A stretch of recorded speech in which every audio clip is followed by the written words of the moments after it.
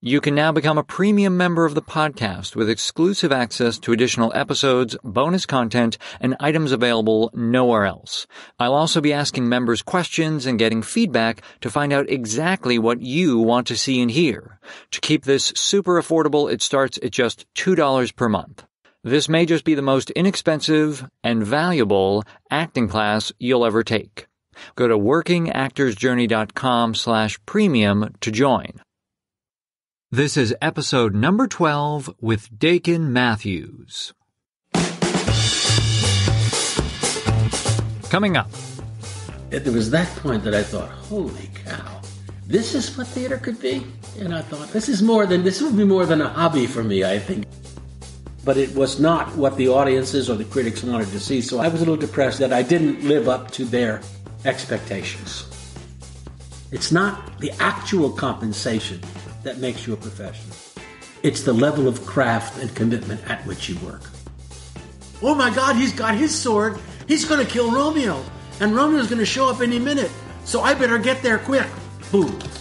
A completely insane reason to drink the vial. Everybody lives by some fiction that they concoct about what life is. I think art is a nice one. Hey there, thank you so much for checking out this podcast. Are you a subscriber yet? If not, click that subscribe button so that you do not miss anything ahead. And if you have an extra moment, go ahead and rate and review the show in iTunes or wherever you find podcasts. That will help others find out about the show. I appreciate all your comments and thank you so much for doing that. Hello and welcome to the Working Actor's Journey. My name is Nathan Agan, and this podcast is in-depth interviews with working actors, people who have been doing this and getting paid for it professionally for 30, 40, 50 plus years. It is about finding out what took them from A to B. How did they get started? How do they actually work on material? What challenged them? What did they face early on in their career? What do they still get challenged by? And what have they learned from a lifetime of acting? That's what the goal and the purpose of this show is, and so I'm glad you are here. Now, a quick word about me, your host. Again, my name is Nathan Agan. I'm an actor. I studied theater at the University of Southern California, done a lot of theater, a little bit of TV and film. I'm also an entrepreneur, work for myself online. I'm a bit of a goofball, which maybe you'll hear on this show. And I'm also a bit of a Shakespeare nerd, love studying it, reading it, performing it whenever I get the opportunity. As a listener of the Working Actor's Journey podcast, Audible is offering you a free audiobook download with a free 30-day trial to check them out. You can get a book that's an hour long or 15 hours long. Doesn't matter. Whatever you pick, it's free. To download your free audiobook today, go to workingactorsjourney.com/audible. I do have a recommendation with a fantastic narrator. If you want to hear an actor who is exceptional at this stuff, check this book out. Patient Zero by Jonathan Mayberry, read by Ray Porter. Ray is one of the greats, and he's been named Audible's Narrator of the Year. Now, don't get thrown by the cover. It's not a typical zombie book, which is not my kind of genre. It was the reviews that sold me. I mean, people really enjoyed the story, but thought that Ray was the true hero of this one. I mean, they loved him so much. Some people wished they could give him more than 5 stars. And when I started listening to this book, I honestly had to remind myself several times that it's just him reading the books and not a dozen different actors. He's that good. And I've been lucky enough to work with Ray on stage, and I know what a great talent he is. So here's actually a clip from Patient Zero, read by Ray Porter. Chapter 1. When you have to kill the same terrorist twice in 1 week, then there's either something wrong with your skills or something wrong with your world. And there's nothing wrong with my skills. They came for me at the beach. Nice and slick. 2 in front, 1 big cover man behind in a 3-point close while I was reaching for my car door. Nothing flashy, just 3 big guys in off-the-rack gray, all of them sweating in the Ocean City heat. The point man held up his hands in a no-problem gesture. It was a hot Saturday morning, and I was in swim trunks and a Hawaiian shirt with mermaids on it over a Tom Petty t-shirt, flip-flops and wayfarers. My piece was in a locked toolbox in the trunk with a trigger guard clamped on it.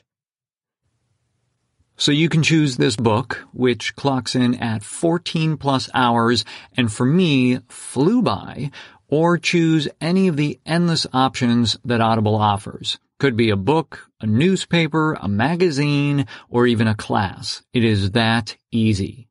To download your free audiobook today, go to workingactorsjourney.com/audible. Again, that's workingactorsjourney.com/audible for your free audiobook and 30-day trial. Today on the show for the season finale is Dakin Matthews. He's an actor, a playwright, dramaturg, director, teacher, and Shakespeare scholar. Now, thank you so much for joining us, whether this is your first episode or you've been along for the whole season. It's been a fantastic journey, and I'm thrilled to close it out here with Dakin. Not only is this a great conversation, we also get a mini Shakespeare masterclass from one of the best people in the country, so be sure to stick around for that. Actually, during that part of the chat, I was pretty conscious of not saying wow every few seconds as Dakin worked through the monologue, but when I listen back to the interview, that is absolutely what I feel. I mean, there are so many great insights into the text. Now, Dakin has had a pretty extraordinary career and traversed an unusual path, and I'm thrilled that he's here to share his journey and what he's learned along the way. We recorded this in his study in his home in Los Angeles, and he's got a full house these days with dogs and kids and grandkids, so you might hear little sounds from his desk or books or a little bit of background noise, but you can still easily hear everything we say. To be totally honest, I was really nervous interviewing Dakin because, to me, he's such a giant in the theater world. And it's funny, I mentioned being nervous for my first interview with Ben Whitehair, and I'm just as much, if not more so, with Dakin. It's kind of ironic that we actually talk about being nervous around him because I was probably too nervous to tell Dakin that I was nervous interviewing him.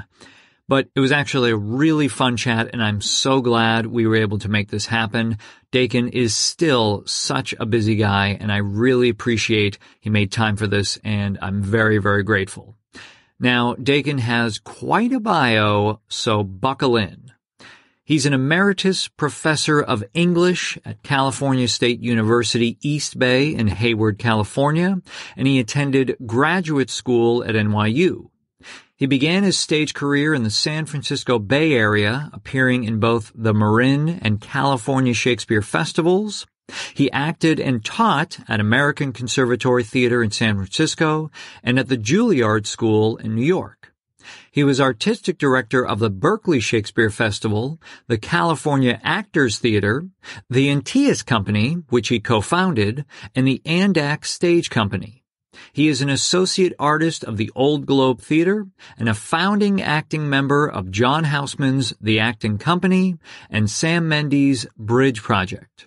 He has written verse translations of 6 17th-century Spanish comedies, and his play Capulets and Montagues won the LA Drama Critics Circle Award for Best Adaptation. He's been a regular at Center Theater Group in Los Angeles and South Coast Repertory in Costa Mesa, California, and he has acted and directed at many other regional theaters. Stage work includes numerous productions of Shakespeare and Shaw, and he appeared in Romeo and Juliet, directed by Sir Peter Hall. He has 150-plus credits on IMDb with a 30-plus year career on screen. Not bad for someone who got started relatively late in life. Film work includes Steven Spielberg's Lincoln and Bridge of Spies, and the Coen brothers' remake of True Grit. He was a series regular on Soul Man with Dan Aykroyd, The Jeff Foxworthy Show, and The Office. He's also been a recurring character on Gilmore Girls, Desperate Housewives, The Mentalist, and King of Queens. He has appeared on Broadway in Henry IV with Kevin Kline and Ethan Hawke, A Man for All Seasons with Frank Langella, Rocky the Musical as Mickey the Trainer, with Helen Mirren in the audience as Winston Churchill, in Waitress the Musical, and he is scheduled to appear in 2 more Broadway shows this year, The Iceman Cometh with Denzel Washington, and in Aaron Sorkin's adaptation of To Kill a Mockingbird with Jeff Daniels. He has been a dramaturg on Broadway for the aforementioned Henry IV, for Macbeth with Ethan Hawke, both directed by Jack O'Brien, and for Julius Caesar with Denzel Washington, directed by Daniel Sullivan. Dakin won a special Drama Desk Award for his adaptation of Shakespeare's Henry IV, which combined both parts into one play, and he won a Bayfield Award for his performance in that show. His handbook on verse speaking, Shakespeare Spoken Here, has been used in universities and training programs throughout California, and he has given master classes in Shakespearean acting around the world. Now, even after talking to Dakin and asking the question, I seriously still do not know how he's done all of this.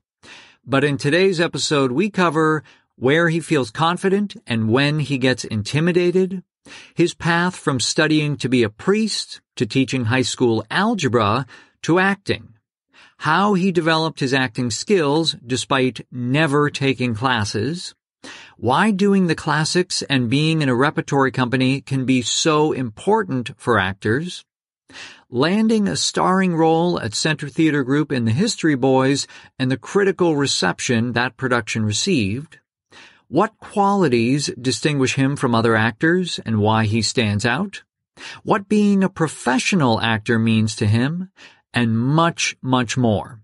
As you can already tell, Dakin has accomplished quite a bit, and he has so much to share.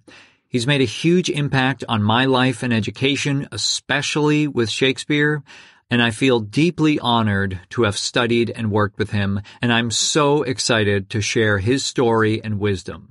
So here we go with the first season finale, episode number 12. Please enjoy my chat with Dakin Matthews.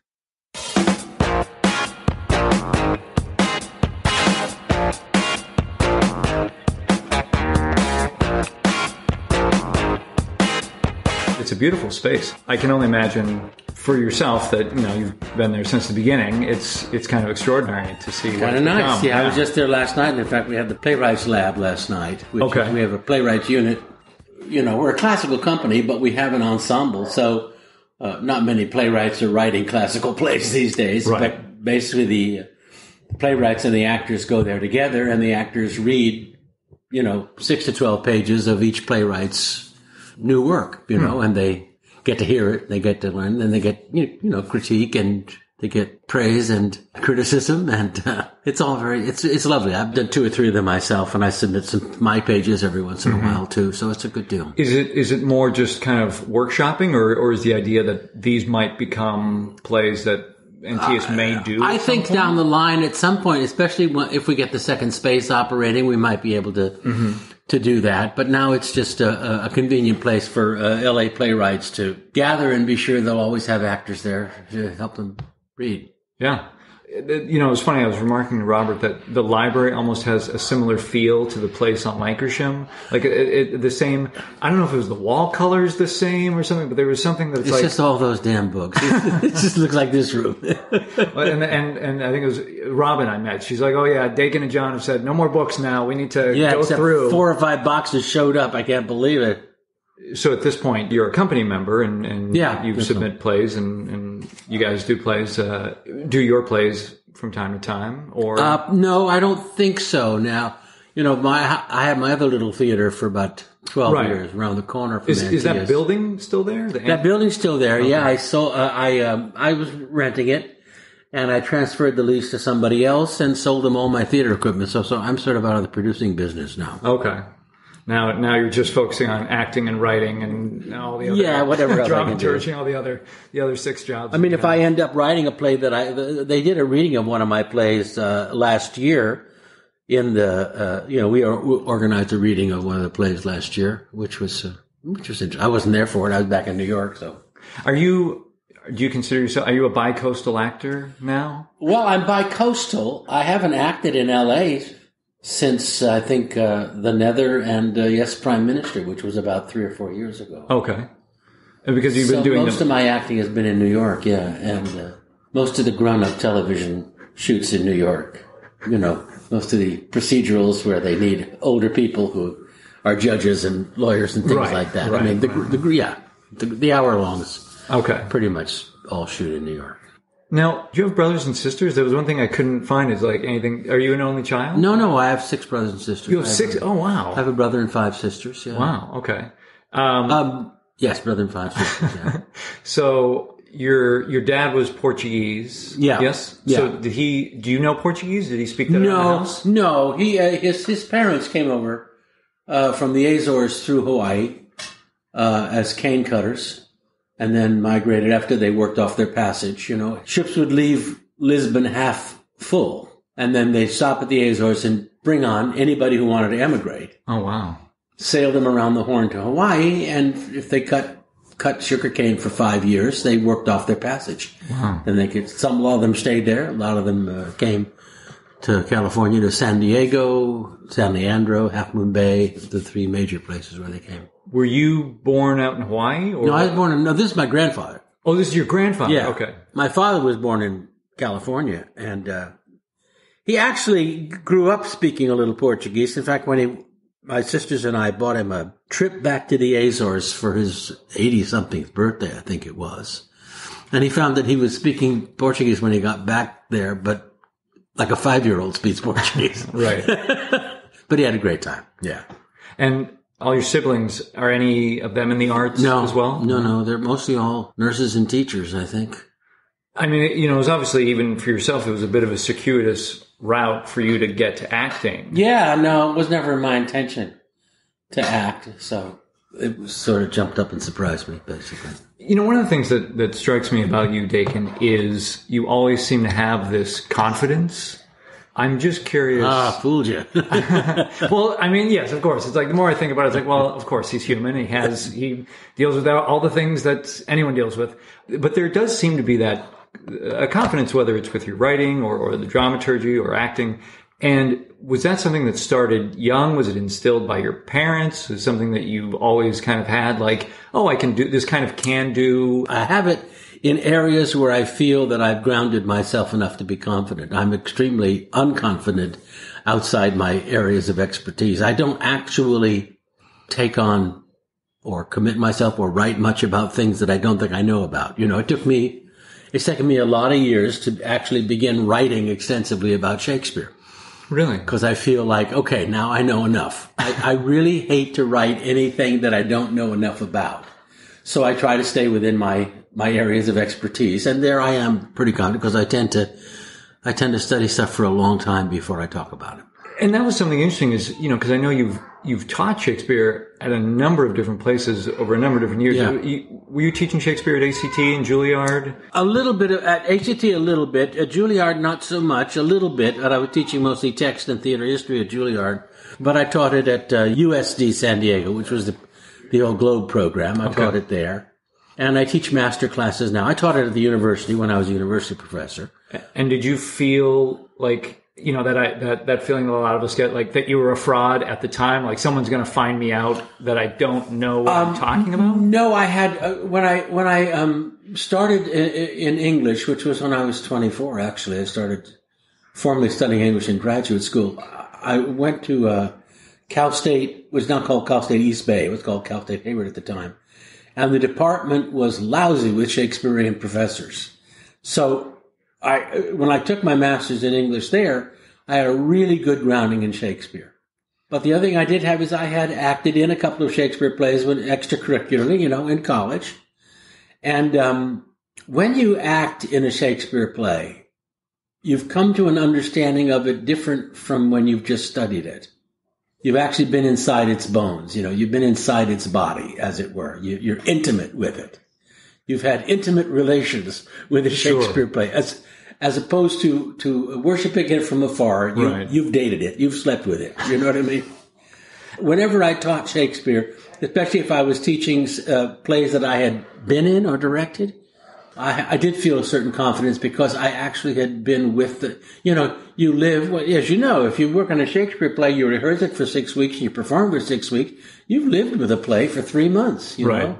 You get to know it. So I think the confidence probably came out of that. And also, before I was an actor, my studies in philosophy and theology were very grounded in the kinds of knowledge of early modern thinking, so that nothing about Shakespeare's thought processes or the concerns that he had seemed alien to me. A lot of people now who will come to study Shakespeare have never studied 14th century, 15th century, 16th century literature and culture.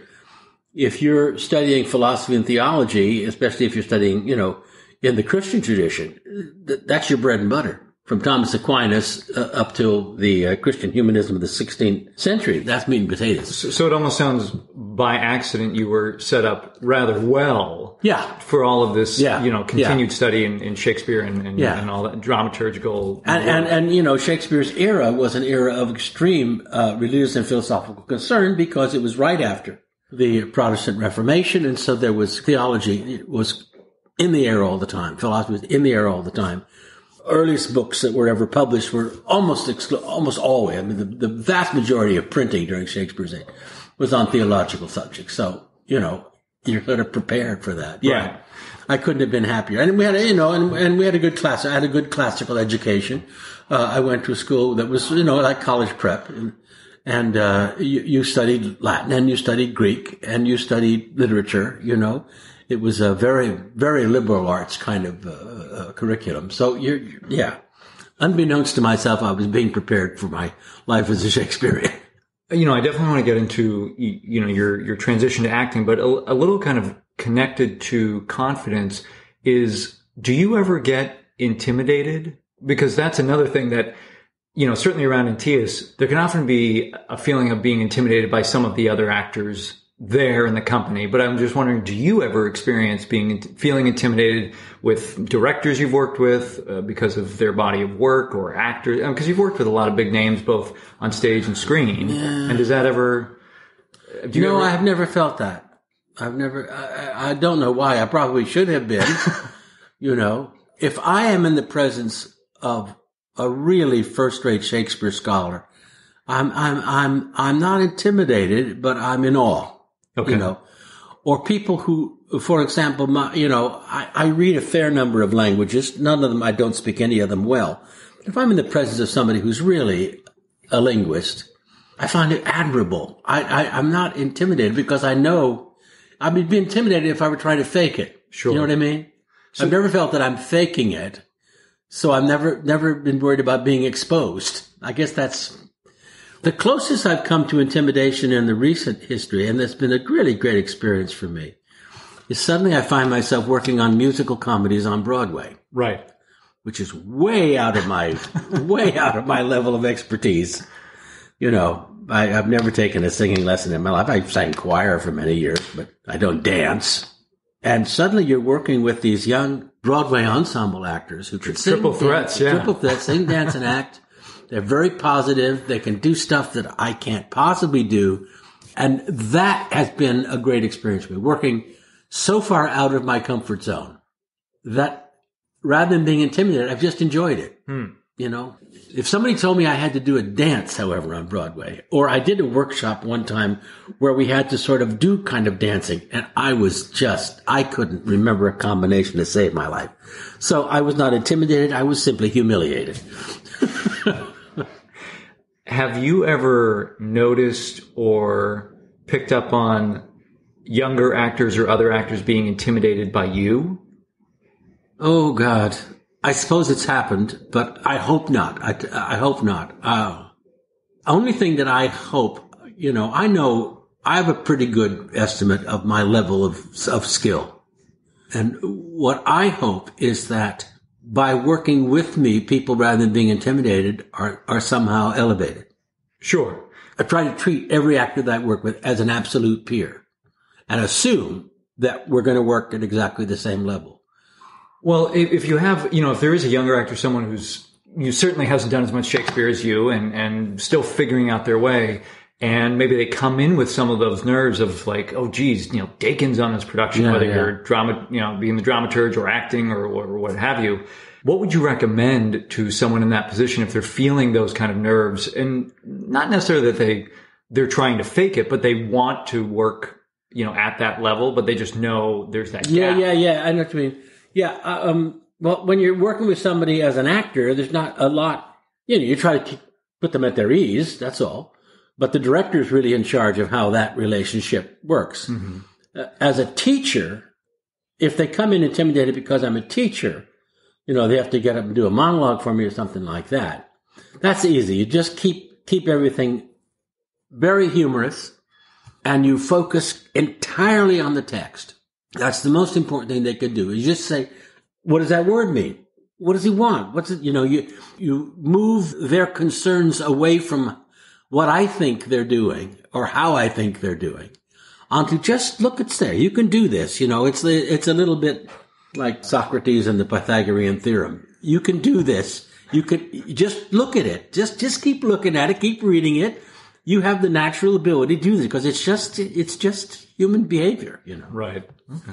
So the more you focus on them dealing with the material in front of them, then instead of them dealing with me, that's the most important thing. I don't want people to be, they shouldn't be afraid of me. It's a terrifying experience to do a monologue for me. I know that. But it's terrifying not because I'm there, but because the text is very demanding. And if you show them a way to get into the text, then that all that sort of fear, personal fear, should dissipate, I think. Okay. So when you knew you wanted to pursue this a little bit more than just something as an extracurricular, was that when you were working with John Houseman at Juilliard? Was that when you first started? No, that happened.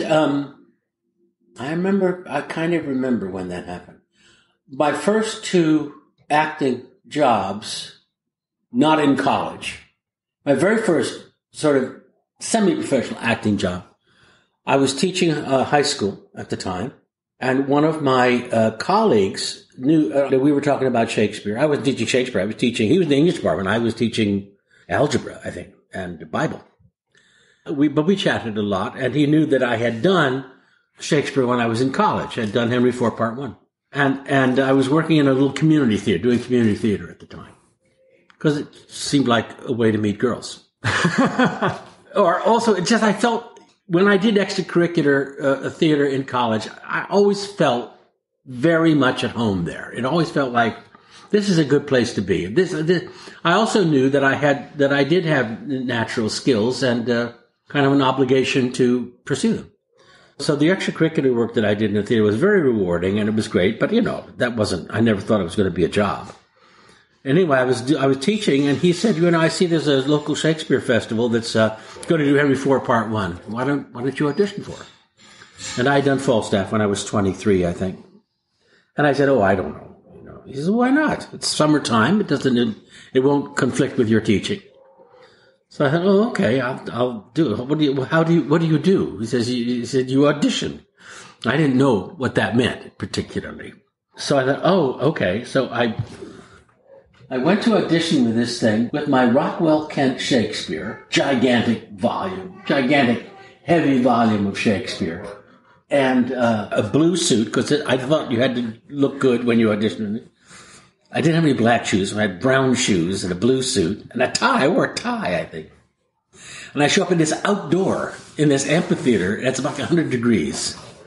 And I'm carrying this gigantic book around, dressed like I was going to a cocktail party, a bad cocktail party, reading.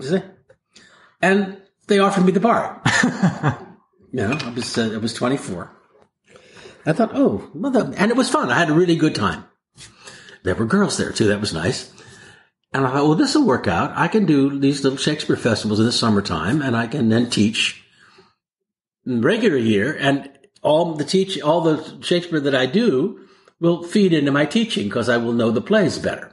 And I did that for a couple of years, but I remember that first year we were doing it, and there was a Shakespeare festival in the South Bay. This is up in the Bay Area, South Bay, attached to the University of Santa Clara. That was kind of more professional than one I was in.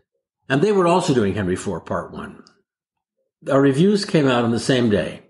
Ours was a rave, and theirs was, not very good. It was like these kids, these university kids, But I thought it'd be fun to go down and see it. So I talked everybody in our show into renting a bus and driving down there to see this little Shakespeare company, this little college company do Henry IV Part 1. And we arrived and it was in this warehouse, this Quonset hut warehouse. Really tacky, trashy. We all thought, well, we'll be understanding. We'll be forgiving, We came in and sit down and this thing started and it was the most beautiful, brilliant production I had ever seen in my life. And I had not seen much theater in my life at this particular point. And I tell you, it was a very quiet bus ride home because I think everybody knew how really different and good they were. It was a group that I later joined a couple of years later, but there was that point that I thought, holy cow, this is what theater could be? And I thought, this would be more than a hobby for me, I think. If those people, I went back the next year and saw them do 2 more plays and that was it. Boy, I was nailed. I began to feel that I should be doing this more than just as a hobby. And after a couple of years of doing that, I started getting offers to do theater full-time, during the academic year. Up to now, it had only been summertime. So I went to the chairman of the department and said, I'm getting some, interesting stuff to do. And the department was really good because I always took all my acting as professional work, equivalent to publishing. So that was good for me as a university professor. And I said, I'm getting a lot of acting offers during the year. So eventually what it came down to is I offered to take all the 8 o'clock classes, even it meant freshman comp. So I did for a number of years. I taught from 8 to 12, rehearsed from 1 to 5, and performed from 7 to 11 for a number of years at various theaters all around the Bay Area, and had 2 professional jobs simultaneously for a number of years. Was this in your early 30s or? Yeah. Okay. Yeah. Which is funny because a lot, that's for a lot of people, they're starting maybe 10 years earlier trying to, get into this. Did you feel like you were behind the curve at all, or just because of your training, you felt kind of, on the same level? I think what happened is many of the companies that I worked with were younger than I was. Mm-hmm. So that I was playing the character man when I was 20 years old. So right. 20, 25, 30 years old. I was very fortunate. It was just a time in the Bay Area theater that were a lot of talented people. I mean, this group that I joined after a couple of years was, David August Stiers and Kurtwood Smith and Liz Huddle. I mean, it was like this incredible group of really good actors. And then later on at PCPA, you're working with the best actors both from LA and San Francisco. So I was just, everywhere I went, I actually found myself thrown in with really good actors. And I just, And so what did you base your acting technique on, since you never, it sounds like, formally enrolled? A lot of people look for graduate programs. No, I never took any acting classes. When you're young, I think basically what you're doing is you're looking at actors that you're working with and trying to figure out what they're doing. Okay. You're also watching movies and watching television, and I think most good actors, they won't admit it, start off as mimics. They do what other people do. They try to do, I like the way he did that, so I'm going to do that. I'm going to steal that. I'm going to do that. I think you do start out that way. And there's nothing wrong with that. It's the traditional way that journeymen learned from, master actors for centuries and centuries. The idea of going to school to learn how to act was an odd idea. You know what I mean? So I was in the last generation that learned the old-fashioned way in many ways. And I was fortunate because the Bay Area was a very rich theatrical environment to be in, and there were a lot of really good actors who were working all the time. So, one thing I had a question about. You said when you were doing community theater, there was something that felt like home. You get the feeling that you belong there, that this is what you should be doing, that you have, Did it feel like another family? Did it remind you of growing up, like with the big family, and that kind of thing? Or was it a new kind of experience? I don't think that so much. Theaters are wonderful because you meet new people all the time, and within 3 or 4 days, you feel like your best friends. Your friends, yeah. Yeah. Then you don't see them again for 30 years. But at that time, and I think it's because you're working on you're all working on the same project. You all need one another for it to succeed. I know there's always rivalry and jealousies, but much less, I suspect, in theater than there is in business, as a matter of fact. And you're working on a thing that requires you to be physically and emotionally present all the time. It's very rare, that is true, that the demands made on your body and your psyche when you're doing a certain job are not high. But when you're doing theater, that's your raw material. That's what the job is to place your emotions, your psyche, your understanding, your sense of relationship as part of what you make the art out of. So it felt very familiar, very comfortable, very challenging, But also the wonderful thing about it is it's not just a job that you do. It has a finished product. It has a date at which you succeed. You know what I mean? Right. And that's kind of like school.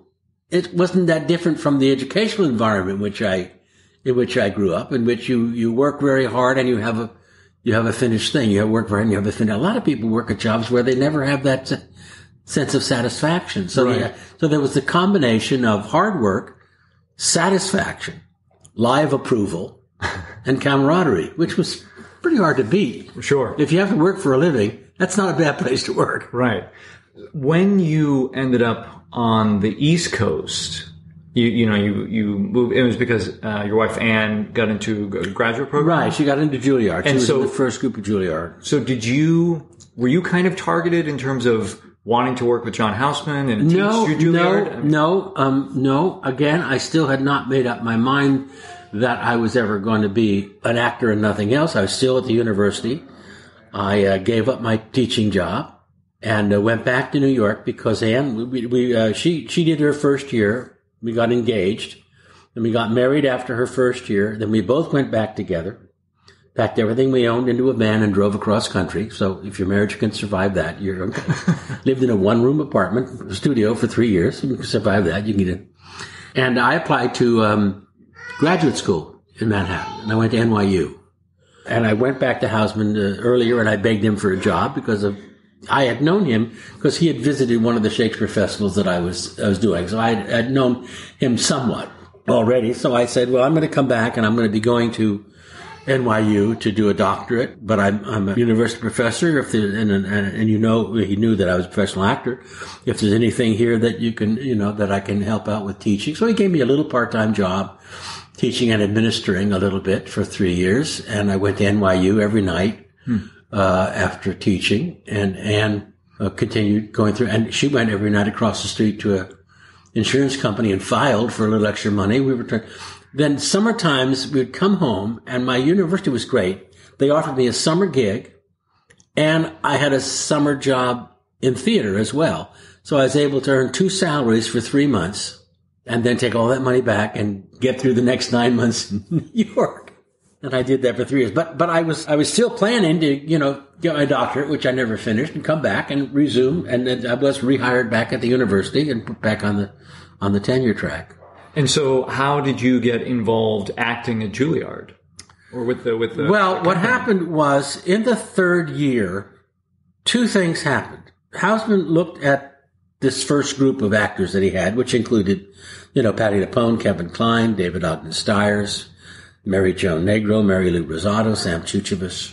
And he thought, I've got the makings of a company here. And he loved to create theater companies. And the second thing that happened was that was when the bombing of Cambodia were happening and all the student protests were happening and the universities and college campuses were all disturbed and people were leaving college thinking it was and an actor in the first year in group 1 was performing Chibuchkin in the Cherry Orchard in one of their workshops.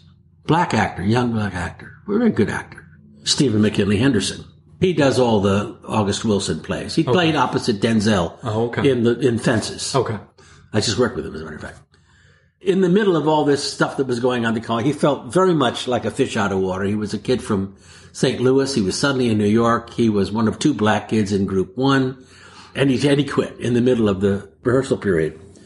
So John came to me and asked me, would you, as a favor, as a faculty member, we don't want to cancel the production or the workshop. Would you take over the role of Chibuchkin for the workshop? And I said, yeah. I had played it before, earlier in my career. So I said, yeah, I'd love to.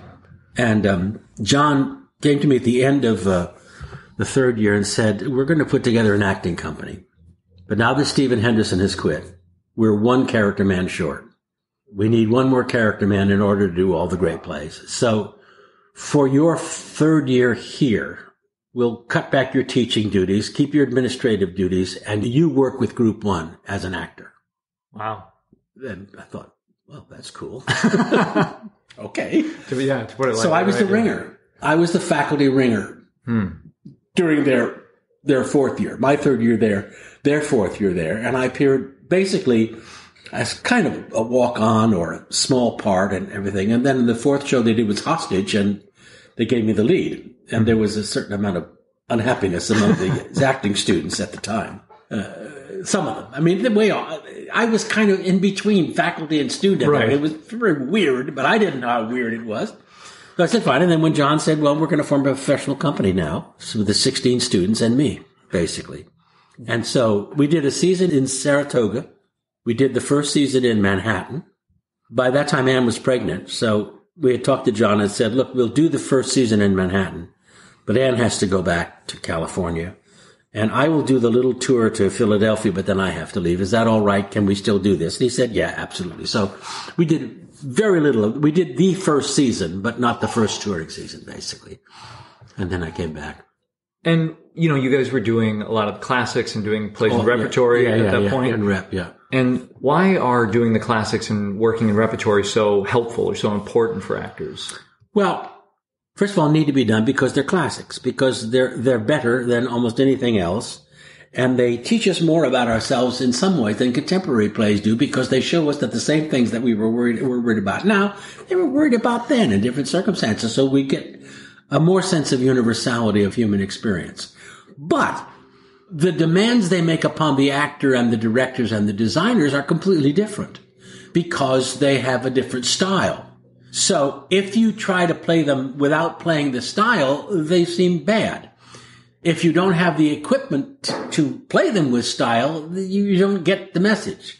So an actor is challenged to bring their instrument to the highest level of availability, to bring their voice, their movement, their psyche, their understanding, their emotional life, so that if you're doing a great play that deals with great issues and great emotions, you can fill that greatness, with your instrument. You can play the instrument. It's like saying having a really good musical instrument. You can't play the really tough stuff unless your instrument is in great shape. You can't play the great stuff unless you've got a Stradivarius or a Guarneri. You just have to have the good instrument. So that's what classical training is to prepare the instrument to work with the hardest work possible.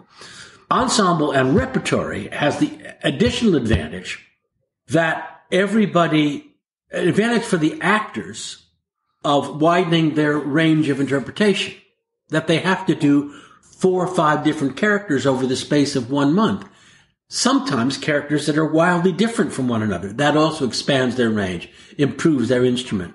But it also guarantees, if you're lucky, that every member of the company can play a lead, precisely because in the next play they'll play a middle role, and the next play they'll play a walk-on.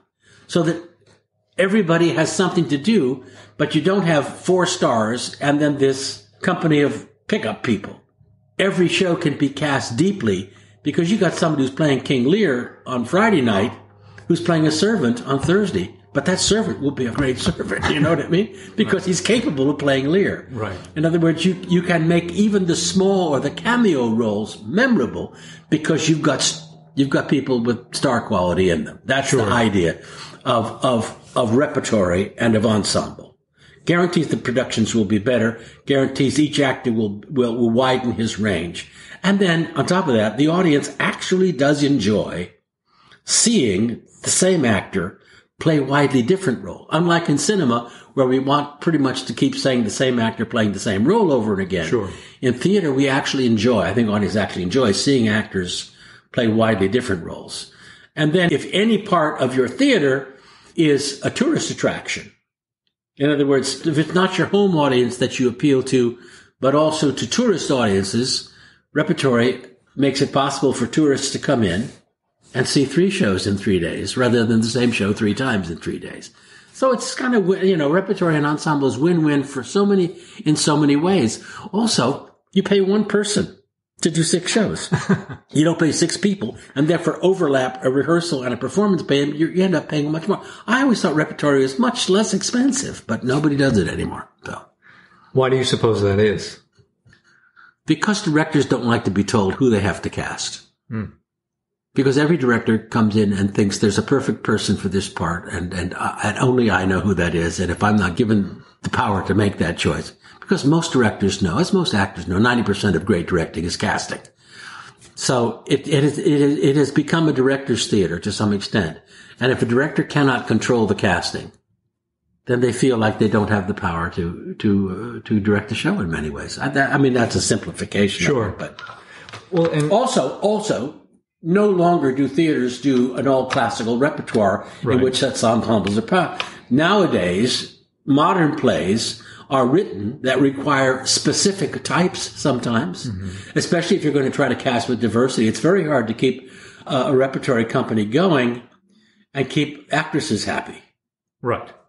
And you certainly can't cast as diversely as you would like if you're doing classical plays unless you first educate your audiences and your directors on how and when diversity of casting can fit well with the project that you're doing. So there's a lot of bad reasons why repertory is gone, but there are a lot of understandable reasons why repertory is harder to maintain. And I know you've worked with a number of different directors, repeatedly, like Jack O'Brien. And so what do you either hope for or look for in a director as an actor? Well, for me, that's kind of easy because I have a horrible visual sense of theater. I don't know why. I mean, I got a great temporal sense. My timing is good and I understand acting. But in terms of spectacle, I'm not really very good at spectacle. So one thing I like working with a great director is that I don't tend to visualize as well as I audibilize. Okay. So I want a director who can visualize, who can make the ideas that the text contains visually exciting, which is something that I'm hopeless at. The other thing that I look for in a director is an absolute respect for the text and an understanding of the text.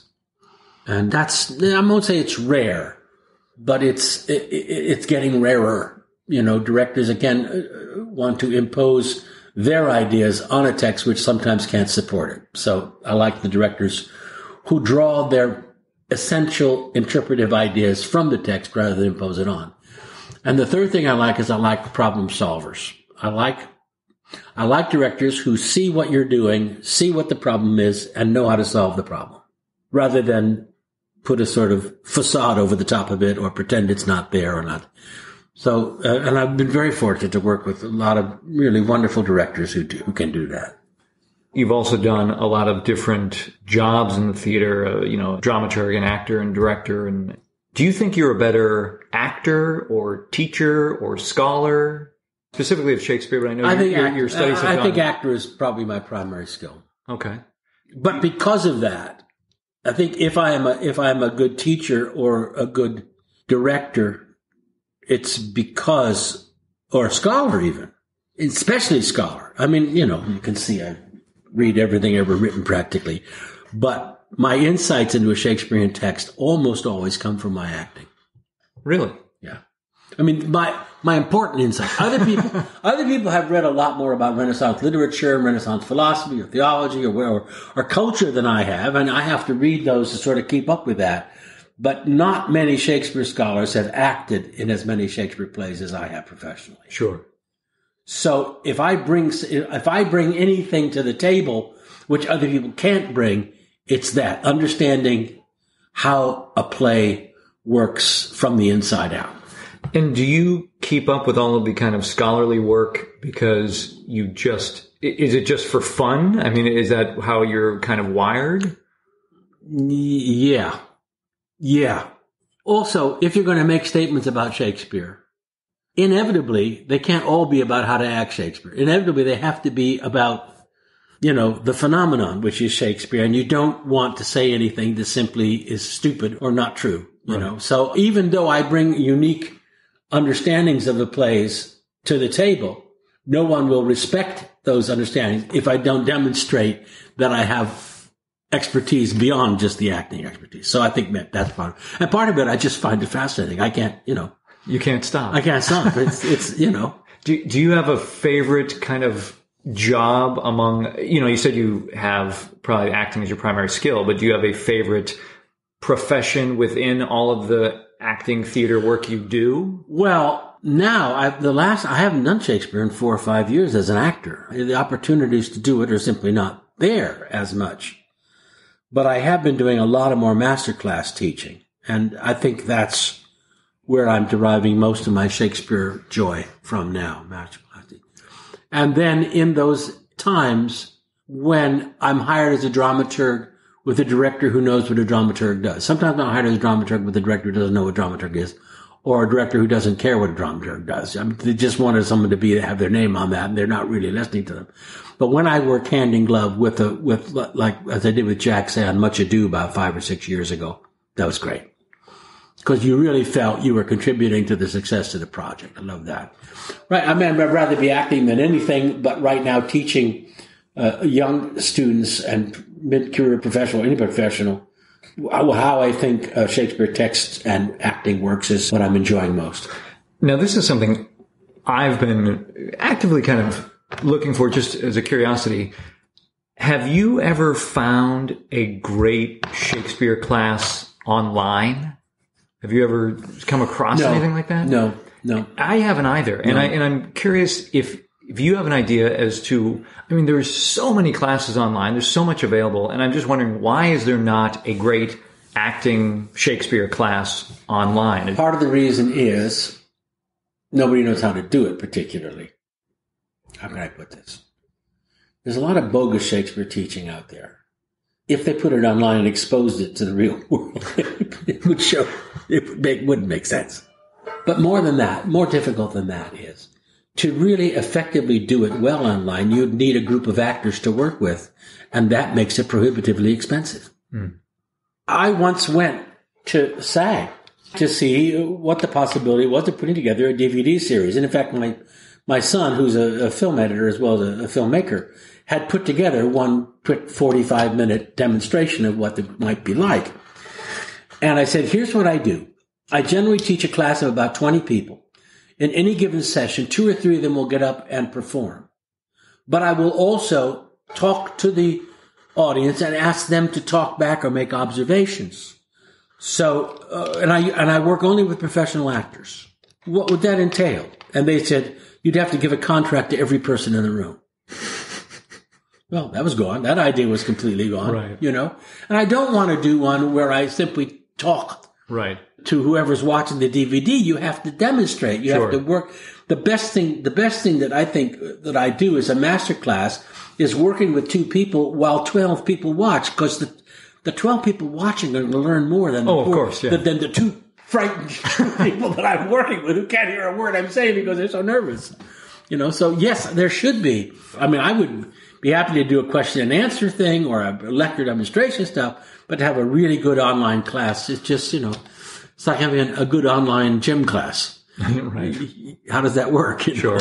Yeah, it's something interesting to consider and think about, because I look at just the kind of by process of osmosis stuff I picked up at Antias and just going, I can only imagine other actors would be so hungry for this kind of education or exposure to this. Yeah. Like, this is how because I'm one of those actors that, of the thousands that didn't get into NYU or Juilliard or Carnegie Mellon and yet are still very hungry for that kind of training. Yeah. And so to me, I see it as like a real gap. Well, it is. And the other problem is that you don't want to have great professional actors demonstrating. Sure. Right. Because it doesn't help. Exactly. What they need young actors or mid-career actors who do it wrong so that you can show them how to do it right. Right. If you get Ian McKellen demonstrating something, you're going to go, well, that's Ian McKellen, or that's Judi Dench. What did I learn from that? Right. Or the kind of the wrong perception is like, it's so easy. that you just see them do it. And it's like, no, there's a lot behind it. Yeah. And I think being able to unpack that would be great. Well, but person to person, live person to person, so that you can see the reaction the person is having. Right. You can see when they're nodding, but they don't really understand what you're saying. You can't do that across a video. Yeah, absolutely. Well, speaking actually, doing stuff on screen, I do want to ask, at what point did you transition into TV work and get into that part of your career? Well, I was still teaching at Cal State East Bay. These are the glory days of university, and they were trying to turn over faculty to bring new faculty in. Mm-hmm. So they had an early retirement program. You could retire as early as 50. Wow. And I'd been teaching there since I was 25. Wow. I took 3 years off to go to New York and came back. And towards the end of my teaching career there, I was taking 1/4 sabbaticals if I had jobs that were out of town, and had to go off and do them like that. And these are theater jobs. Yeah, these are theater jobs, yeah. And I was about to turn 50. I now was the age that I looked like I was. Because I looked like I was 50 when I was 30. And there was no point in going down to Hollywood as a 30-year-old and competing for 50-year-old jobs. And I had come down to L.A. 6 years earlier to do the L.A. Olympic Arts Festival in 84. Mm-hmm. And I did a long run of Sherlock's Last Case, the Olympic Arts Festival, Charles Marowitz play. And while I was doing that, I got a TV job. Just one, guest star in Remington Steele, I guess it was. Did you have an agent at that point? Or I did have an agent. Okay. When I wrote to 6 or 7 agents when I knew I was coming down to L.A. to do this Olympic Arts Festival, and one wrote back, only one, and said, "Of course I'll take you on." And I've been with that agency ever since. Oh, really? Yeah, Henderson Hogan. It was Maggie Henderson. Only one that answered me. And I kept an apartment in Hollywood, which is no longer there. And I think there's a hardware store there now. Sunset and Western. Some of the worst areas possible. But I had a little apartment there that I'd gotten to do this run, and I kept it. And for the last 5 years that I was teaching, I would go back and forth. I would, especially in the summertime, or if I took a quarter off, I would lease the apartment out to other people if it wasn't going to be there for a long time. But I always had a pied-à-terre in Hollywood from 1984 to 1988 or 89, I think, because I began to get work in L.A. while I was working in Hayward. And I tried to keep them both going. So I would drive. I put a lot of miles on the car. And I would come down when I had something and then go back up. And then we bought a condo, I guess, in 88 in North Hollywood. And then we bought the house in 1990. So I was kind of split between LA and Hayward for the last 4 years. Then I took my retirement and moved down here. The family moved down permanently in 1990. So when I was 50, I moved to LA. But I had been doing a little bit of work in LA over those 5 years. And so was it always the teaching that gave you the kind of financial comfort to be able to pursue this? And that was it never, even though you knew you wanted to do it, it was never this better make me money. No. In fact, teaching the two jobs allowed me to raise a family and, because there was not enough money in theater at that particular time, we were making a lot of money. Sure. But if you combine the two salaries. Now, when I started doing TV, it was a little different, Right. Or ACT was, I think I made $700 a week, maybe at ACT, $750 a week, that would seem like a lot of money at the time. Sure, yeah. Yeah. So when you start to do, guest stars and things like that, and then you start doing films. Well, we talked a little bit about the nervousness a little bit earlier, but were you nervous doing the TV and film stuff? Like, just how did you develop your technique? Well, I was fortunate I did a number of guest spots before I actually permanently moved down here. And there were a few things that I did that I felt I wasn't very good at, I was still giving theatrical performances on film. But no, not particularly. The worst thing that would happen is you'd go into an audition and you say, "Oh, I know, I'll do this role just like so-and-so." And you go and you sit down and so-and-so is sitting next to you. So you're competing with the guy I'm going to mimic. Yeah. I'm going to mimic. So that was sometimes a little off-putting, I want to jump ahead a little bit to some of the specific projects you've done. When you did History Boys, I remember thinking, and I think I actually even wrote to you, when I knew they were doing the play in LA, I was just like, well, Dakin has to play Hector. Like I can't imagine anyone else playing the part. And I think there are, at least maybe the perception of who Dakin Matthews is seems to be somewhat in line with some of the qualities of that character. You know, someone who's very, well educated and maybe a bit eccentric and all this kind of stuff. Did you pursue that part, or did you know did you feel that kind of connection? No, I did. Yeah, I mean, I knew what it was. Yeah. I think they put out a breakdown, and my agent submitted me for it, and I went in and auditioned for it. Okay, so it was just a straight audition process. I didn't think I was going to get it, because it was at the Amundsen, and the idea of having no stars in a show, I thought, the Amundsen, and the production was one of the greatest experiences in my life, but it was not successful. The show was not successful because it was in the Amundsen, that great, huge barn, right. The kids were all great. I'm still friends with all of them, and we meet up together every once in a while. I mean, it was a dynamite cast of kids, and they really sold the show on the basis of them, as they should have, because they were great. I had a good time doing it, but the critics didn't particularly like it. And you think a lot of that, if it had been in the Mark Taper Forum, totally would have been better in the Mark Taper Yeah. Forum, but also because no one in the company except one person was actually British, the critics all decided that we weren't very good. And that the boys' accents were not good, and I was no Richard, whatever his name was. Right. In fact, the boys' accents were probably better than some of the British actors who did it. I mean, they were rigorously trained, and they were very good. And the director, who had also directed the touring company in Great Britain, said we were better than the British touring company, basically.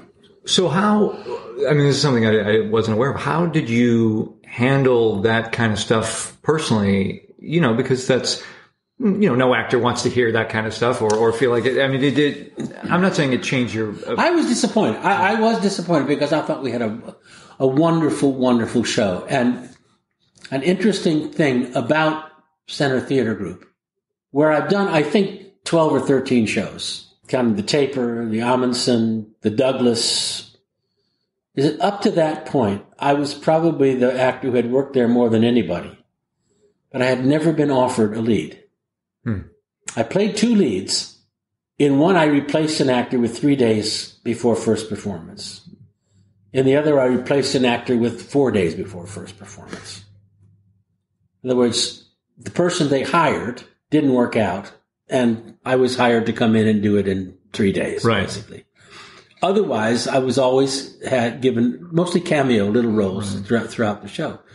I felt here was my first lead from CTG. I thought now I'll establish this sort of thing. And I know they felt by not hiring a Brit, they were taking a big chance on me, and I felt that I didn't, deliver there. I mean, I felt personally perfectly happy with what I did, but it was not what the audiences or the critics wanted to see. So I felt I was a little depressed that I didn't live up to their expectations. Well, I mean, it's an interesting question of could any American or non-British actor, have done that? Met those they're just these projects where people have such high expectations. Well, not in a metropolitan area. Okay. In other words, History Boys was done a lot of places, Sure. But as long as they don't expect it to be a star, right. It's fine. But in LA at Hamilton, they expect it to be a star, basically. And if it's not, who is this guy? Yeah. I think. I mean, I'm guessing. Maybe it just wasn't, I thought it was really well directed. We had all the original sets and props from the New York production, impeccably designed. Part of it is that house. That house is just too big for a show, which is really intimate. That's an intimate show. Yeah, I actually saw the original production in New York, and I remember, I think I was even, up in what you would call the rafters. Yeah. And you still felt like you were almost on top of the stage. Yeah. It was a very, very intimate space. So you've also played a number of real people, mostly on stage, like C.S. Lewis and Hitchcock and Churchill and even Dick Cheney. And what's the process like when you're doing something like that? Is it different? I mean, Yeah, well, I mean, how do you approach these real people? Well, and again, there's kind of these expectations. Yeah. I mean, I'm fortunate enough that in all cases I bore some resemblance to these people, so I didn't have to go through the prosthetics, right, and stuff like that. But people say, well, it's not really an imitation of that person. I always felt obliged to try to be as close to what that person spoke and moved like as possible. So I wish I had had an opportunity to do with the Churchill more, just a little bit of prosthetics, but they didn't seem interested in it. I mean, I would have liked to do a little bit more facially, but it was too small a role for them to worry about. It was, 11-minute role, so it's not a big deal. But no, I think you approach it, you watch video of them, you listen to them, but you have to work from the text. You can't bring in anything that isn't, in the play itself, but you try to capture their essence. And a moment comes when you're in rehearsal when it clicks. You kind of go, oh, yes, that's what that person looks like. But that's what that person feels like at that moment. Sure. And then you're very fortunate if that happens. Well, it's a very famous example is when Frank Langella did Nixon. Yeah. Most people wouldn't pick him. They'd be like, oh, he looks like Nixon. Yeah. But it was more about his mannerisms and his, probably the emotional life. Yeah, he caught the psyche. Yeah. Yeah. In all these characters, whether it was the real people you were playing, have there been any roles in your career that really challenged you that you're just like, it felt elusive, that you just couldn't crack it? I don't know if it was a real character, a real person or not. Yeah. My great failure is everybody's great failure, I think. Gloms and Cotter. Oh, that's a tough. Never got that. All right. For those who didn't get the reference, so we're talking about the Scottish play. The Scottish play, yes. What do you felt like you got but didn't also get in that? Well, I got Act 4 and 5, I thought. I even did a fairly decent broadsword fight. Got my lip cut open. Had to have plastic surgery right after the performance. But the first 3 acts I don't think I ever got. For some reason. And it's very difficult. I keep justifying it because I think the play is so much about the interior life of Macbeth. And every director wants to make it about the exterior life of his relationship to other people. Whereas it's really an internal drama in his head to a certain extent. And that's very hard to stage. I mean, it's very hard to stage or to trust or to respect. So there's a lot of stuff generally added over the top of it, which is, I thought I've done Brutus a number of times. Brutus is also a very elusive character for exactly the same reasons. Do you think Shakespeare wrote a difficult to stage play with Macbeth? Or have you seen productions that you're like, I've never seen a successful one. Okay. I hear the McKellen Judi Dench sitting in a circle with candles and I believe that because that makes it intimate and quiet, small, dark, scary is better than big horror show scary for me. Those are the two. They didn't get away quiet. Brutus is tough for some of the same reasons. I always thought I got the Act 4 or 5 Brutus as well, but the first 3 acts are tough. So what about the characters that you've played, whether film or TV or probably more theater, that you feel like, I got this? It just felt like it dropped in and there's that kind of magic that a lot of actors hope to feel on every play. Yeah. Usually, oddly enough, their characters very much unlike me are the ones when it happens because you go so far outside yourself that it's kind of interesting. So, any spring to mind or? Falstaff is not at all like me, Bottom is not at all like me, but those are 2 of my favorite roles and most successful. Is roles. It the kind of outlandishness? Yeah. I'm a very sort of private, I don't know, what would you say? No, I'm not. Introverted? I'm not an extrovert. Okay, which is interesting because you have such a effusive personality on stage. You can really you really have an ability to open up, I think. Or seem kind of larger than you are. Which is what I don't have in real life. I just look large in real life. So I am curious, how did Rocky come about? You said earlier that now you're doing musical theater. I mean, that seems like something totally out of left field. Yeah, no kidding. Let me see if I can think of how that happened. I was doing a film, I think, and my agent called and said, somebody is doing a musical of Rocky. They wondered if you'd be interested in doing the workshop of it. I said, That's the stupidest idea I've ever heard in my life. Which is apparently what everybody who was contacted to do this said. Except Alex Timbers, the director, who thought it was the greatest idea I ever heard of. And it fit perfectly into a sort of in-between two projects that I was working on. And they said, it's not a singing role, just to play the trainer, you know.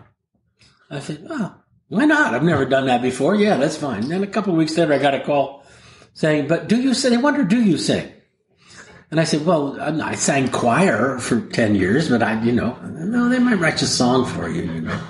And they said, yeah, fine, let's do it, you know. And I don't know who knew me in this group.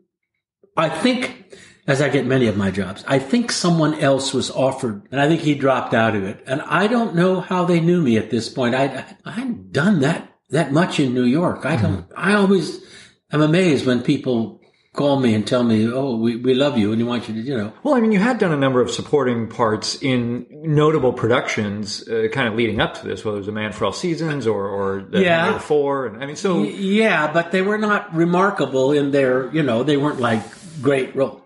So I said, yeah, I showed up and it was the best time ever. I mean, I had a really, really good time. They wrote a song for me and I met Flaherty and Ahrens, which was one of the thrills of my life. This was a great thrill of my life.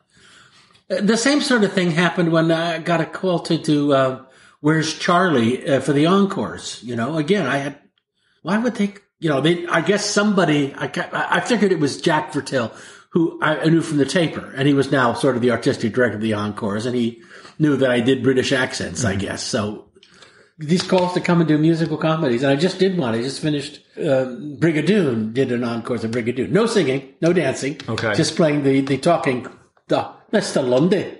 And I just love it when I do, because, I mean, I've suddenly become this musical comedy actor. So. Right, and you're involved in a whole nother world. And the only world that really pays. Sure, yeah. I mean, Broadway pays very, very well. Right. It was hard to leave Waitress because I was making such good money, but 2 years was a long time for someone who's never done a run longer than, 4 or 5 months. So. Dakin, one of the jokes I have, and this is a kind joke, but one of the jokes I have about your career is when you read your bio, you get winded because it's almost unbelievable how many things you've been involved in. You've been artistic director of 3 different companies. You've taught at Juilliard. You taught at ACT. You were in the acting company. And there's kind of this quality of like, just maybe one of those would be enough for like anyone. And yet you have all of them. And I just wonder, like, do you have any idea of how you had time for all of this? Not to mention all the seminary work you did. You didn't even get started until you were like 30. Like, how do you have time? How did you have time for all of this? Well, I'm a workaholic, first of all, like my father. My father worked as a foundryman. He worked till he was 85, I think. Wow. You couldn't stop him. The other is that I make use of my time. I piggyback my work on other work. If I'm doing a play, I bring my computer to the dressing room. And if I'm doing a play like Audience, which was a great experience, but I'm on stage for 15 minutes, I'm in the theater for 3 hours. Instead of knitting, you'll work on something. Instead of doing crossword puzzles and knitting, I write a play, I always bring a book to set. I don't do small talk. That's why, what I mean by being an introvert, I actually, on set, I'm the most boring person you'd ever want to meet. Because as soon as they say, okay, set it for the next scene, I go back to my chair, pull my book out, and read again, There's a lot of downtime in all the professions that I'm in. When you're rehearsing a play, you're not rehearsing every scene in the play. I always have something that I'm doing. I don't waste time, basically. When I finally decide that I'm not going to be working, I crash completely. I turn into an absolute couch potato and watch television 13 hours a day. And I could do that for about 2 weeks, and then I get crazy. Well, yeah, so I was going to ask, on maybe days when you're not working, because you said, how you fill your time if you're on set or rehearsing. Right now I'm writing a play as I'm talking to you. Exactly. So, yeah, I mean, are you conscious about how you structure your days, if you don't have work going on? I really like structured days. The more I'm working, the more I'm working on top of working. Okay. If I don't have a day structure, it's very difficult for me to get anything done. Because then I'll sleep in, I'll get up, I'll turn on MSNBC, You get pulled into that world. And I'll just watch. Yeah. But as soon as I have a structured day, right, then I have a matrix in which I can fit the other work that I want to do. It's very odd. Besides being a workaholic, I read very quickly, so I'm able to read a lot. I don't speed read, but I'm able to read a lot more stuff. And when I work on plays, I work very quickly. Okay. So it's not like I have to go home. In other words, the third time through the scene, I know the lines. Mm-hmm. So I don't have to spend a lot of time memorizing lines. I don't know. Maybe now I do. As I say, now that I'm 77, Broadway is not a bad place to be, because eventually everybody's going to need a 70-year-old actor. And the pool of 70-year-old actors who can still remember their lines shrinks. If I can still remember my lines, I can probably work pretty steady in theater. Yeah. Not so much in film and TV, because that kind of dried up a little bit. Because so much TV and film was written for younger people, younger actors and stuff like that. But still, on the stage, if there's a grandpa role, I can still remember my lines, So they don't have to get some 50-year-old and put him in heavy makeup. Okay, cool. Well, can we take a look at Romeo and Juliet?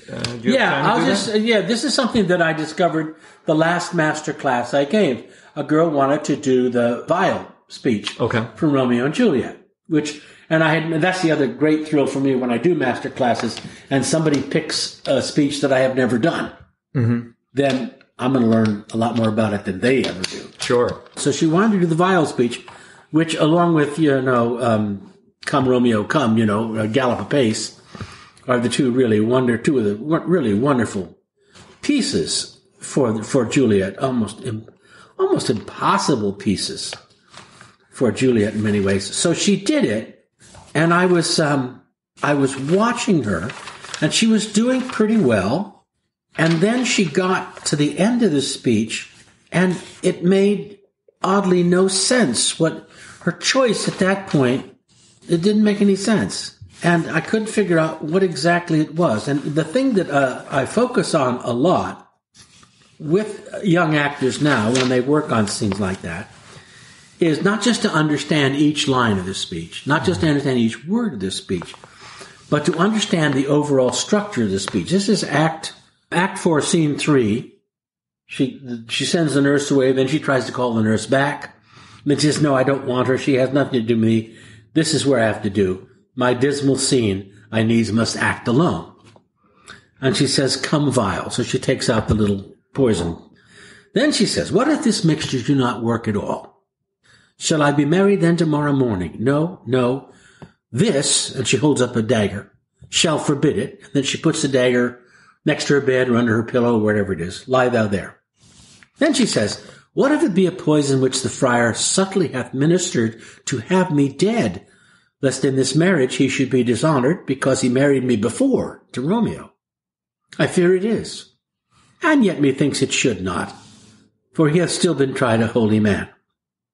Then she says, how if, when I'm laid into the tomb, I wake before the time that Romeo come to redeem me? There's a fearful point. Shall I not then be stifled in the vault, to whose foul mouth no healthsome air breathes in, and there die strangled ere my Romeo comes? Or, if I live, is it not very like the horrible conceit of death and night, together with the terror of the place, as in a vault, an ancient receptacle, where for this many 100 years the bones of all my buried ancestors are packed, where bloody Tybalt, yet but green in earth, lies festering in his shroud, where, as they say, at some hours in the night spirits resort? Alack, alack, is it not like that I, so early waking, what with loathsome smells and shrieks like mandrakes torn out of the earth, that living mortals hearing them run mad? Or, if I wake, shall I not be distraught, environed with all these hideous fears, and madly play with my forefathers' joints, and pluck the mangled Tybalt from his shroud, and in this rage with some great kinsman's bone, as with a club dash out my desperate brains? Oh, look! Methinks I see my cousin's ghost seeking out Romeo that did spit his body upon a rapier's point. Stay, Tybalt, stay! Romeo, Romeo, Romeo! Here's drink, I drink to thee. Okay. Tough little speech. But if you don't understand the shape, you miss the essential dynamic of the speech. What this girl did was she got to the end, and then she went, Romeo, Romeo, Romeo, here's drink I drink to thee. She thought that quietness was the important thing to do at the end of the speech. And of course, what Shakespeare has written here is what's called a passion, an emotional speech by a single character that is meant to exhibit a passionate response to something. But more importantly, he's written a speech about a little girl who's 14 years old, who's facing a dilemma. So she says, okay, here's the bottle. And she first says, what if it doesn't work? What if it doesn't work? Am I going to have to marry again the second time tomorrow? No. Ah, there's a knife. I brought the knife. I can solve that problem. So she goes, question 1. If it doesn't work, what are my options? Do I have a solution? Yes, I got a knife. Good. Done. Wait a minute. There's another option. What if it works too well? What if it kills me? I think it might be. What's his motive? He's afraid he'll be caught out for marrying me first. So he'll kill me so he won't be caught out for that. Do I have a solution? Do I have an answer for that? No, I don't think that's possible. He's a good guy. He wouldn't do that. So the first one, she has a very definitive answer. She knows what she's going to do. The second one, she says, what if it doesn't work? Then just, what if it works too well? Do I have a solution for that? Not really, but I hope he wouldn't do that. No, he wouldn't do that. Third question now comes up. Okay, so the question is not whether it won't work or whether it will work. What if it doesn't quite work the way it's supposed to work and I wake up early? Oh my God. I'd be in a tomb where there hasn't been any fresh air for years. And I would suffocate to death. That would be horrible. Does she have a solution for that? Does she have an answer for that question? No. So what's happening? First one, it might be this. Well, I can solve that. Second one, it could be this. I don't think that would be it. Third one, what about this? And she has no answer for that. So clearly, she starts off with a kind of rational start and a rational answer. A second start, not a very good answer. Third one, no answer at all. Instead of having an answer for that, she says, wake up too early and then I would choke to death. Or if I don't choke to death, if I wake up early and I don't choke to death. So logically, she's actually pursuing these questions logically, but she's losing her ability to deal with them. Or if I live. So I'm waking up early, I'm living, I'm not choking to death, but oh my God, I'm in this thing with all these bones and ghosts and just recently dead people and decaying people. And I'm going to look around and it's going to be smelly and it's going to be ugly. It's going to be filthy. People would go crazy. Oh God, if I wake, oh God, I'm going to go crazy myself and I'm going to start beating myself over the head with a bone until I bash my brains out. That's her fourth one. Then she goes somewhere she's never gone before. She goes, look, it's Tybalt. It's Tybalt. So now she's not even on the if happens. She's now put herself completely into that situation where she is now hallucinating. She is saying, I am now in the tomb and I'm looking around and I got this bone in my head and I'm beating my brains out and I see Tybalt coming and oh my God, he's got his sword and he's going to kill Romeo and Romeo's going to show up any minute. So I better get there quick. Boom. A completely insane reason to drink the vial, which is she doesn't drink it because she'll be reunited with Romeo in some loving. She drinks it because she thinks she sees Tybalt coming after Romeo with a sword, and she's got to get there to get between them. Wow. Romeo. So it starts off with a sort of a logical idea and ends up, she revs herself up into this hallucination. And it's probably the only way she could actually manage to drink the thing. All the other things that she said militate against her drinking it. Because it might not work. It might work too well. It would wear off too early and I wouldn't die. Everything she's going up to there, she doesn't have a solution for. And then suddenly, the only thing that gets you to drink it is the imagination, the fantasy now that she sees Tybalt stalking Romeo And she wants to get there to keep dead Tybalt from killing newly arriving Romeo. So it just builds to this crescendo of each passion or each fear being greater than the previous one. So if you go soft at the end, you miss the entire structure. All that build up to the climax at the end is lost by softening the last thing. And also, each of the 5 things that she goes to, it might not work. It would work too well. It'd work partially, but I'd wake up and then die of suffocation. Or I would wake up and I wouldn't die, but I'd break my brains out. Or Tybalt would come alive and he'd go try to kill Romeo. Up to the point of that last Tybalt thing, each one of them gets bigger. Each one gets longer. The first problem, done within 4 lines. Second problem, 6 lines. Third problem, 8 lines or so, Fifth problem just goes on and on and on and on. And it's this expanding sort of shape. If you said, what's the shape of this speech? It's these lines that they just fan out and they never meet. They just become so... It becomes so massive that it tips beyond control. And it's a speech in which she starts in control and loses control. So to pull it back down to a quiet point is antagonistic to the dynamic of the speech. Do you see as a pattern actors shying away from that kind of emotional... From climaxes? Yes. There are 2 problems that most American actors make. They're kind of the same problem.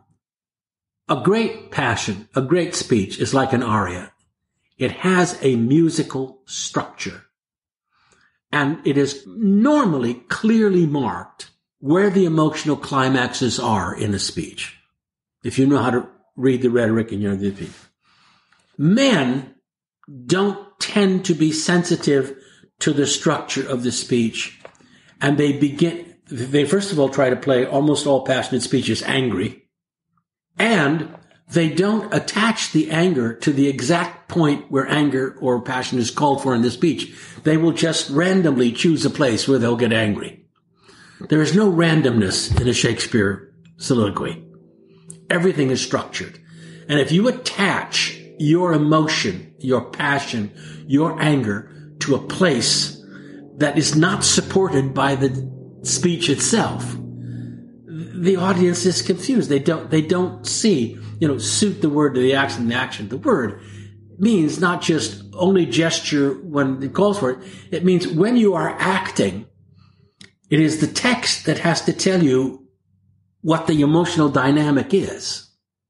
So I think most male actors think I'm just going to get really loud now. Now I'm going to get really soft. Now I'm going to get really loud again. Now I'm going to get really soft. They think just variation of volume or intensity is somehow what the speech calls for, irrespective of what the structure of the speech actually is. So that's one common mistake that many actors make. For women, it's slightly different. I think, in my experience, women have a much better sense of structures of speeches. But climaxes frighten them because the climax almost always insists that you use full volume, that you indicate that you reach the peak of your emotional intensity at the same moment that you reach the peak of your vocal intensity. And too many women, either because of insecurity or because they're untrained, feel that if they go that last step, they will sound ugly and shrill. Mm. So I've seen so many women build perfectly to a climax and soften away. Or it may also be the inherent misogyny in a patriarchal culture that refuses to let women have the full expression. To lose control to some degree, right? Of their emotion, that men will be put off by that. So the solution to that is a fearlessness, but also a trained voice so that no matter how vocally intense you become at a certain point, the voice is not ugly. Right. Or off-putting. You know what I mean? So that's the hard part. There's a lot of them where it's true like that. I mean, Paulina, of course, has a couple where she should get ugly. Hermione has some, certainly. Gallop Pace has some in that regard. A lot of them have that where you simply have to have the vocal skill to sing to hit the high notes without losing the technical beauty and strength of the thing. And that results from a clear understanding of how not only what the speech is about, but the particular structure of the speech, especially if it's a speech where it steps up, as this one does. This one clearly goes boom, boom, boom, boom, and you can't go boom.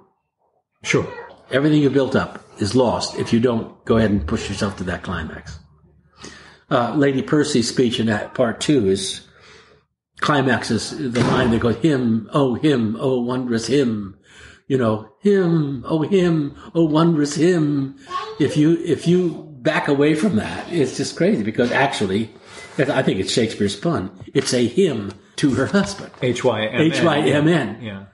And that's just like Juliet's gallop of pace is a little sexual self-excitement on come Romeo, come. I mean, Shakespeare deliberately builds that kind of a climactic structure into many of the great speeches, and you just have to honor it. You have to stay with it. No, that was great, and it was probably a lot of fun for you to visually see that as you're working through with the because it's something I had not noticed before. One always thinks that she takes the poison at that moment so that she can fulfill the friar's directive plan. Yeah.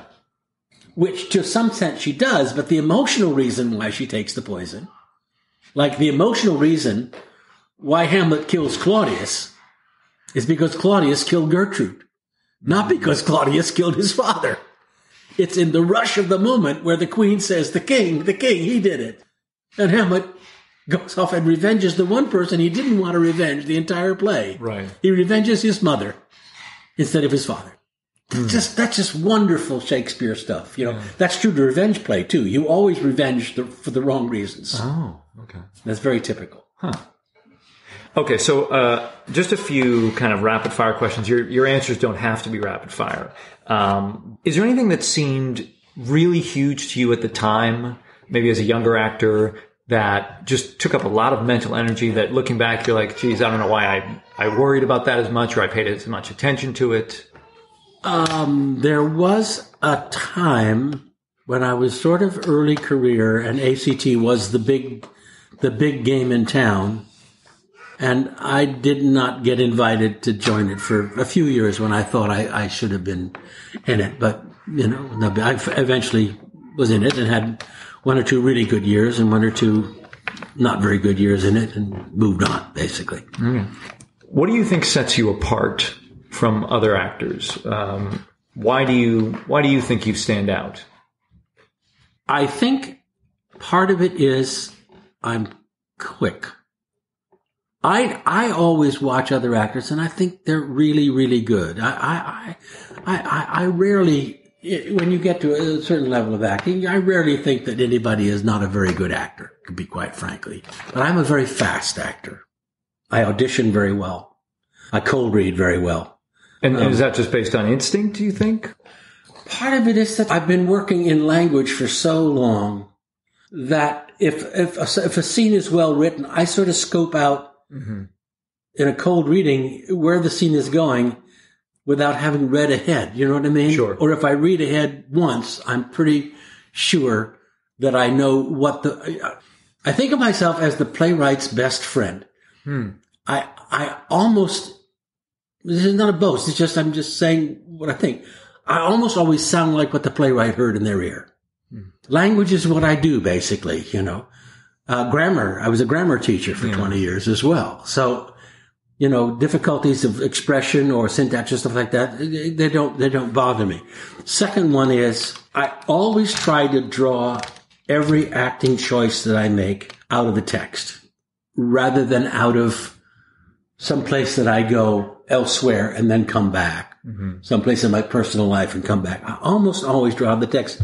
With the result is that I think my performances end up feeling more not hard to understand, not ambiguous. I think because I actually try to anchor everything that I do in what the playwright wrote, it seems like I am the character that I'm playing rather than playing it being something that I'm not. I don't know. That sounds boastful, but I remember when I was replacing Brutus in a big production of Julius Caesar that Mark Taper performed, they fired the Brutus 3 days before first performance, and I came in. I had done Brutus, not for a while, but, I don't think I did it well, but I had a handle. I knew what I was doing. And I was very, very much resented by the company because they really liked the guy that had been fired. And I felt the resentment very strongly, but I also felt like they were playing Julius Caesar and the real Brutus walked in. I didn't quite know. I mean, I was just doing what the play required. Right, I didn't have any interesting, fascinating take on it. I thought I was just doing what the play required. Well, they'd been doing all sorts of other things, so. I'm basically a very naturalistic, realistic actor, I think. And I get cast in these very extroverted parts. Right. So it's an interesting mix for me. Yeah, and I think about a lot of the Shaw you've done, the Undershaft, or those misaligned, those kinds of things. Yeah, these big characters, these big, larger than life people. Yeah.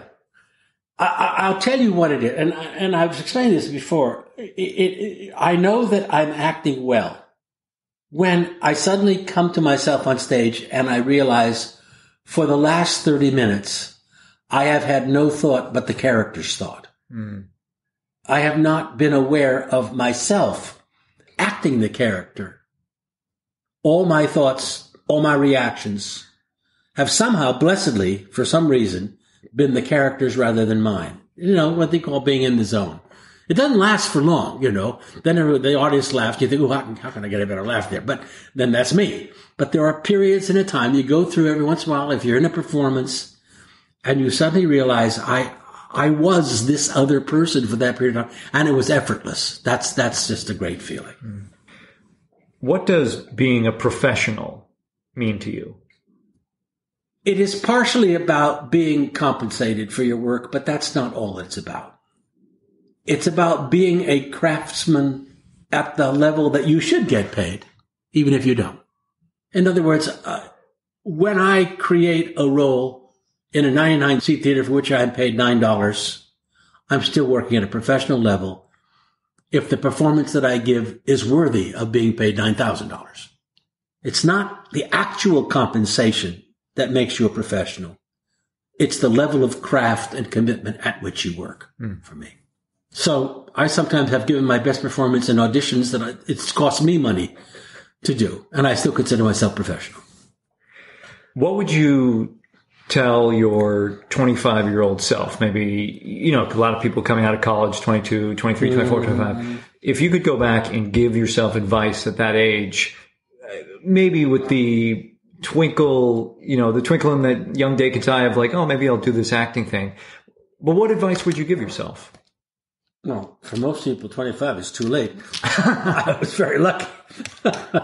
All right, so somebody just out of college, they finished, and they're thinking, hey, I think I'd like to give this a shot. But I mean, really, is there advice that you give yourself that you're like, geez, I really wish I had learned this or had understood this, taken this on a little bit earlier? See, my path to professionalism was so unlike anybody's that I know that I really hesitate to give advice about that. But one of the things I would say is become part of a group of fellow artists with whom you share goals, joys, and failures. Because in your young career, you may not be doing that many plays. You may be looking for work. You may not be doing that many plays. You may be waiting tables. You may be coding, programming code. Who knows what you could be doing, but be a member of a family of artists, because they will offer you emotional and artistic support that you can't get anywhere else, basically. And that's how all great theaters are formed, out of ensembles and companies of similar thinking, similar feeling people. Do not get into the habit of evaluating your art by your success, and love what you do, and don't, if you complain with good humor. If you don't get into a group of creative people who will try to be creative no matter what, you will get into a group of people who will basically complain no matter what. And that's toxic to your artistic life, one of the things I always loved about Antaeus was, there's the level of, as a younger actor, hey, here are all these actually working actors that you're around. So you're just associating with the right people. So it doesn't seem so beyond the idea of maybe I will actually work professionally at some point because I'm hanging out with all these other people that do. But then it was also always very positive. I mean, people were always excited to be there in that positive atmosphere. And I know that's not the case in every other company in Los Angeles. No, there can be that griping of why aren't we working more? Why aren't we getting auditions? I think that actually Antaeus grew out of a previous informal group that we had called Basilisk, Bay Area stage actors living in Southern California. At a certain point, everybody who was in the San Francisco Bay Area who was successful as an actor came down to LA at one time or another, and often I rented them my apartment. So we used to have little Basilisk dinners every once in a while of people, all of whom were excellent actors already. So there was no doubt about that. But they had come to Southern California to try to crack that next level of TV and film acting. And we sort of hung out with one another and supported one another and joked with one another and listened to one another's complaints, and kept up with one another for a while. And it was, I think that Antaeus didn't grow out of that, but that was the same kind of impulse that led me to want to start Antaeus, because they were extremely talented actors finding themselves in career frustration, not just because they weren't getting work, but because the work that they were getting was not satisfying to them artistically. And they needed to continue to have artistic satisfaction. Now that, for some of them, monetary satisfaction was being taken care of or wasn't being taken care of. Everybody, if you're an artist, you need to create. And Antaeus offered them, however minimally, an opportunity to remain creative in the area where they were most skilled, classical theater, while they were searching for something else, It wasn't waiting tables. They were going to make money off it, but they were staying mentally healthy. In a certain sense, Antaeus was a mental health project. So with all the books you have just in your library here and all the reading you've done, I'm wondering, are there any quotes that you live your life by or you think of often? Well, I'd give you Bible quotes, but well, if it applies, if the shoe fits, if that's... Well, I like judge not, lest ye be judged. I know a lot of people think that I'm a very judgmental person. My wife tells me people find me off-putting and critical, but I don't think I am. I really try not to judge other people. Mm-hmm. Certainly personally. Sure. Artistically, I make my judgments all the time, That was terrible for us. But art is not a luxury, I believe that. I believe everybody lives their life partially by some fiction that they concoct about what life is. I think art is a nice one to live your life by. Dakin, thank you so much for your time. I really enjoyed this conversation. That was fun.